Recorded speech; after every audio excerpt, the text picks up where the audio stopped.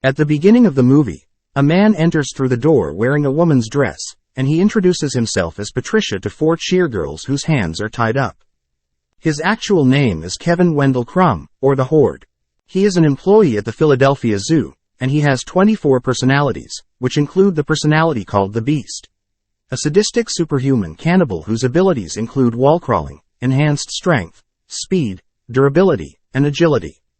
In the next scene, 2 guys were doing a prank on the street by landing a Superman punch on a random person, and another man chased those 2 away. After a few seconds, those 2 pranksters were at their home, and one of the guys was looking at the recorded prank video. There was someone at the door, and they heard running water. The guy who punched the man earlier walked towards the sound, and suddenly the light went off. Someone beat the guy and threw him against the wall. A man in a black robe came out of the room, and the other guy who was editing the video recognized him, and the man turned off the light. The next scene opens with a man walking on the street and opening the Dunn home security shop door and walking into the office. He is the shop owner, and his name is David Dunn, or the Overseer. He is a superhuman vigilante with enhanced strength and durability, as well as the ability to see the crimes people have committed if he touches them. His son, named Joseph Dunn, was looking at the computer and reading articles about some missing girls. Joseph starts to explain a theory of his about the missing girls. Joseph narrows it down to a triangle where the girls are coming from, and he is confident that the kidnapper is coming from another place. David says he will go to that place tomorrow to check it out. Later, David gets back to his house and thinks about his wife. Next, Kevin, who came in a woman's dress at the beginning of the movie, comes in roller skates in a sports outfit with a different accent. He was telling a different story about his wife, and one of the 4 girls told him to stop messing with them. Another girl stops this girl by calling her name and says not to make him angry. Kevin says not to let him know their names because he will feel sad after tonight if he gets to know these girls by their names. Then he was talking about artist Drake, and he says if Miss Patricia sees him with roller skates, then she'll be angry. This reveals the man has a split personality. The next day, David and Joseph were at the store. Joseph was selling some items to a guy, and David came to Joseph and said that he is going for a walk, but Joseph says not to go today. While David insists that he is going for a walk, the guy who was buying items from Joseph recognizes David. The guy asks whether David worked in a stadium before, and David confirms that he worked in the stadium 15 years back. The guy said that he used to come to the stadium. In the next scene, David was walking on the roadside and passing a few men. Then he sees a police car and a few other men on the other side of the road. He turns left and walks into an alley between abandoned factories. He bumps into a man who is wearing headphones and a sports outfit, who is Kevin. David senses something wrong with the man, and the scene flashes where the man in the sports outfit sits on the floor, where the kidnapped 4 girls lie on the chair unconsciously. David was on a call with his son Joseph, and he told Joseph that he saw the guy and he thought the girls were here in one of the buildings. Joseph says there is a building nearby like that.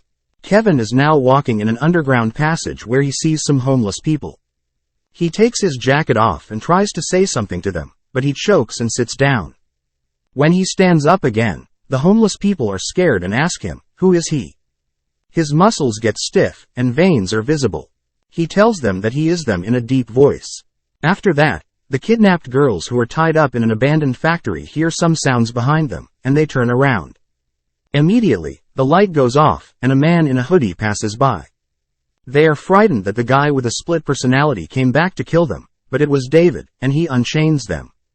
But again, they hear a sound, but this time it is Kevin, and he is crawling upside down like a monkey and jumps in front of them.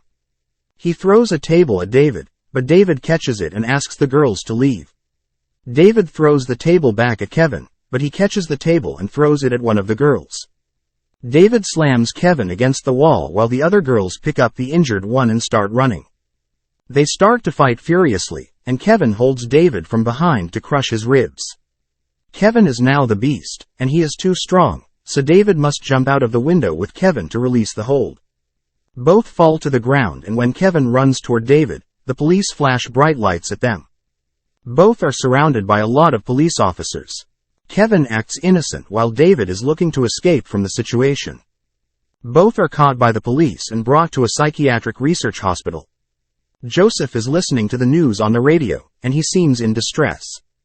Both are put in separate rooms in the hospital. Ellie Staple is a psychiatric doctor, and she explains the setup of the room to both David and Kevin. David's room is equipped with 46 high-pressure nozzles, and they are connected to 15,000 gallons of water. Kevin's room has hypnosis lights to control him. Ellie tells David that she knows he is the only survivor of a terrible train accident.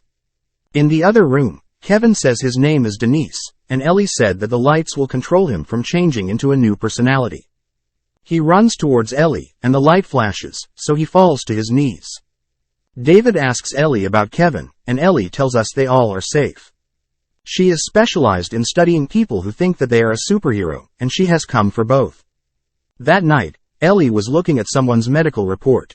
There is another man in a different room, and it seems like he is also a person like David and Kevin.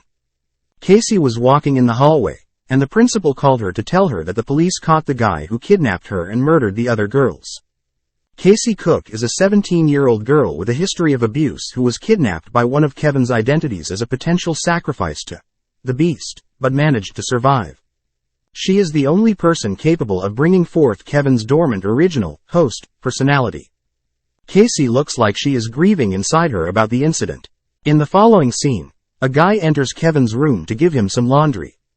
Kevin was lying on the floor and asked the guy to pick up the syringe because he cannot come closer to the lights, and he needs the syringe to inject the insulin to control his diabetes.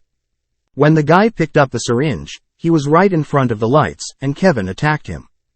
Kevin tried to pull the cord of his ID card to strangle him, but he managed to escape from the attack.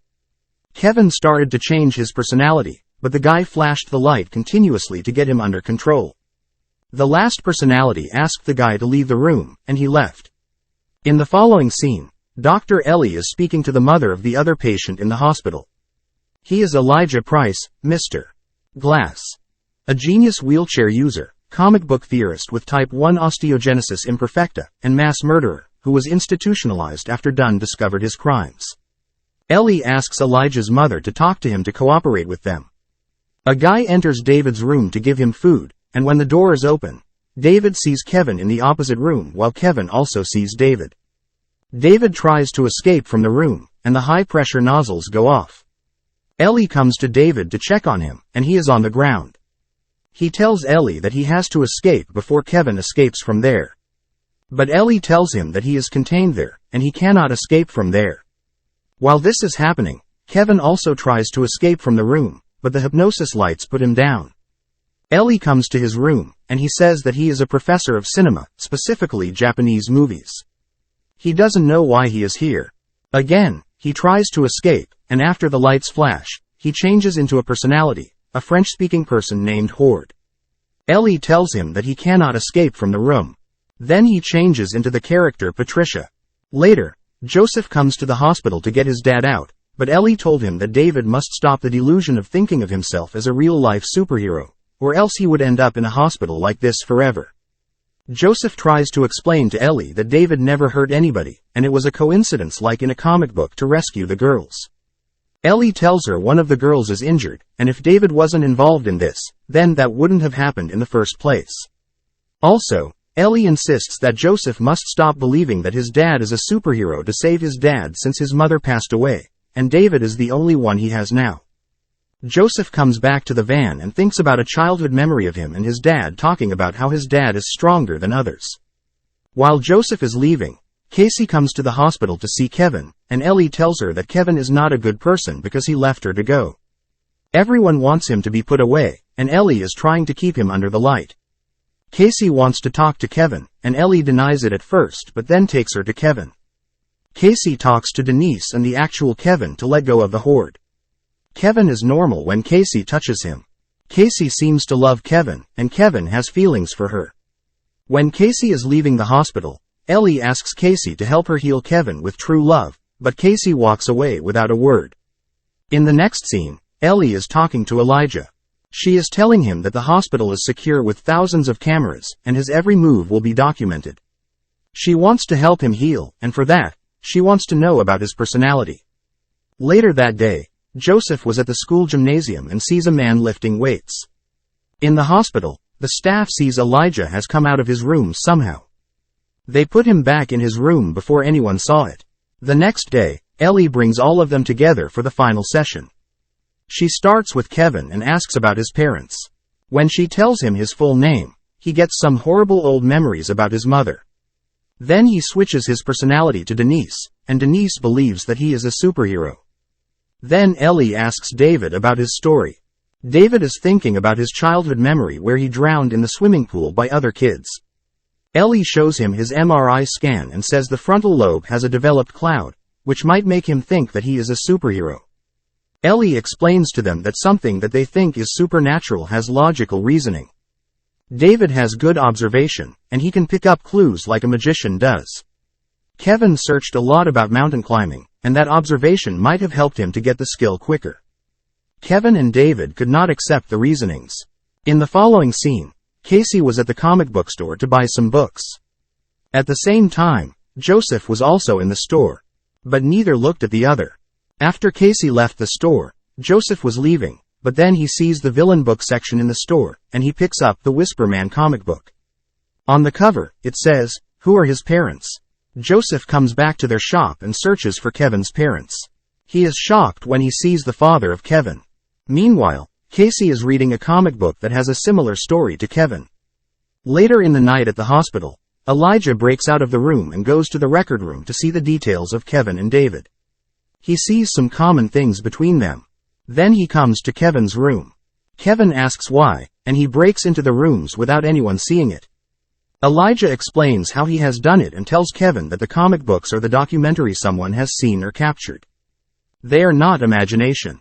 He thinks if the beast is real, then he can escape them from the hospital by tomorrow night.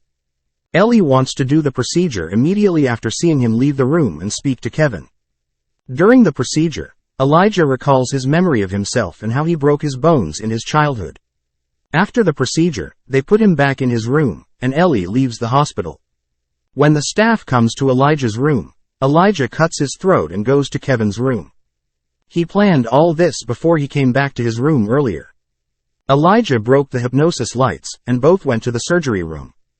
Kevin becomes the beast, and Elijah tells him that he needs David to make the beast popular. He shows the book to the beast and says it's the opening of the tallest building in the world where all the people and cameras will be there. Then the world and the horde within Kevin will believe that they are superheroes. Then Elijah talks to David over the microphone and tells him that Horde will be revealed as a superhero serial killer at the opening of the tallest building, and he will blow up the building using the chemicals in it. Only David, the overseer, can stop them, but David says they cannot be superheroes like Ellie told. Elijah tells David that he turned off the high-pressure nozzles, and only the door is left to save the people. In the morning, another staff member comes to the hospital and notices that his friend is killed in Elijah's room. When the staff goes to look for his friend, Elijah and the beast kill him by crushing him to death. At the same time, David is trying to break the door. Finally, he breaks the door. Also, Elijah and Kevin escape through the basement. David gets his dress back from the record room. While this is happening, Joseph, Casey, and Elijah's mother come to see Ellie. While they are arguing about comic books and superheroes, Ellie notices that there is an unauthorized entry in the tunnel. Ellie calls for backup, but the beast puts all of them away. When Joseph, Casey, and Elijah's mother come to the front of the hospital, they see the beast dragging two officers, and Elijah is there in the wheelchair. Also, the overseer is here. It's a standoff between all three of them. Ellie sees this and instructs the other staff to safeguard the other patients. The beast starts to run towards the overseer and slams him against a van where two girls are trapped in. While the overseer and the beast are fighting, the police come to the spot and try to contain both. The overseer pushes all the police into a container and locks it by bending an iron pipe. On the other side, the beast attacks the police, and he shows his cannibalism. Ellie asks Casey to bring out Kevin in the beast, and she is the only one who can do it. At the same time, the overseer helps the trapped girls in the van to come out. The beast is trying to attack the overseer, and Elijah tells the beast to break the water tank because that is his weakness. Joseph intervenes and tells the beast that Elijah is the reason for the death of Kevin's dad. Elijah acknowledges it and says he is the reason behind these two superheroes. He made them 19 years ago by scarring their life. The beast attacks Elijah, and the overseer intervenes. The beast takes the overseer with him into the water tank. The overseer breaks the tank and escapes. The beast says they can finish this in front of the people, and he tries to escape from the scene, but Casey catches him and calls his name, Kevin Wendell Crumb. The beast is gone, and Kevin comes out, but a sniper takes a shot at him. On the other side, they're trying to kill the overseer by drowning him in the water. Ellie reveals that she is here to make them believe that they are not superheroes. They kill the overseer, the beast, and Elijah, and Ellie returns to the secret society to give the final remark on this project. This secret society is a group of people who eliminate heroes and villains from society to avoid escalations between them, which could cause the lives of innocent people. Later, Ellie was at a comic book store, and two guys were talking about a mastermind character. They were saying that there will always be a real plan behind all of this. Ellie gets something and runs back to the hospital. She gets to know that someone was live streaming the security camera feed to a private satellite. She realizes that Elijah planned this with all the cameras she installed around the hospital, and it's a suicide mission. She accepts her defeat. Elijah sends the videos to Casey, Joseph, and his mother. They reveal the clips to the world to let all of them know that we have superheroes among us. Subscribe to Cinematic Inspiration for more stories.